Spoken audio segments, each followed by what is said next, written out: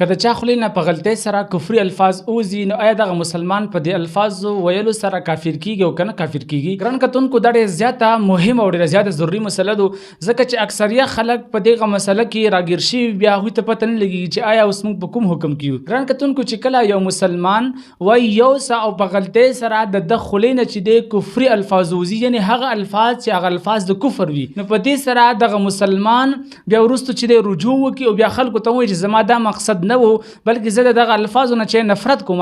نو په داسې صورت کې دغه مسلمان په داسې الفاظو سره چې هغه په غلطۍ سره ویلي دي دغه مسلمان نه کافر کیږي. لکه څرنګه بهر شریعت دغه مسله رانقل کړې ده، دغه مبارک فرمایي چې کله یو مسلمان د خولې نه په غلطۍ سره کفري الفاظ وځي، یعنی هغه وایي یو څه او په غلطۍ کې چې دی هغه نه کفري الفاظ ویل شي او دغه الفاظ سره چې دی نفرت کوي او بیا خلکو ته دغه خبرې اظهار وکړي چې یعنې زما دا مراد او دا مقصد نه و، زه غلط شوم، نو په دغه صورت کې دغه مسلمان نه کافر کیږي. او که چېرته یو مسلمان په غلطۍ سره کفري الفاظ ویل او هغې نه وروسته دغه مسلمان د دغه خپلو الفاظو تایید وکړو، په هغه الفاظو باندې ولاړو، نو په دغه صورت کې دغه مسلمان کافر کیږي. او موږ تاسو له پکار دي چې موږ تاسو دومره په جذبه کې رانه شو، موږ تاسو دومره په غصه کې رانه شو، موږ تاسو دومره حالات بدل نشي چې موږ تاسو د خولې نه په غلطۍ سره یا په جذبې سره چې دی د کفري الفاظ اظهار وشي او کفري الفاظ چې دا زموږ تاسو د خولې نه وځي. واخر دعوانا ان الحمد لله رب العالمین.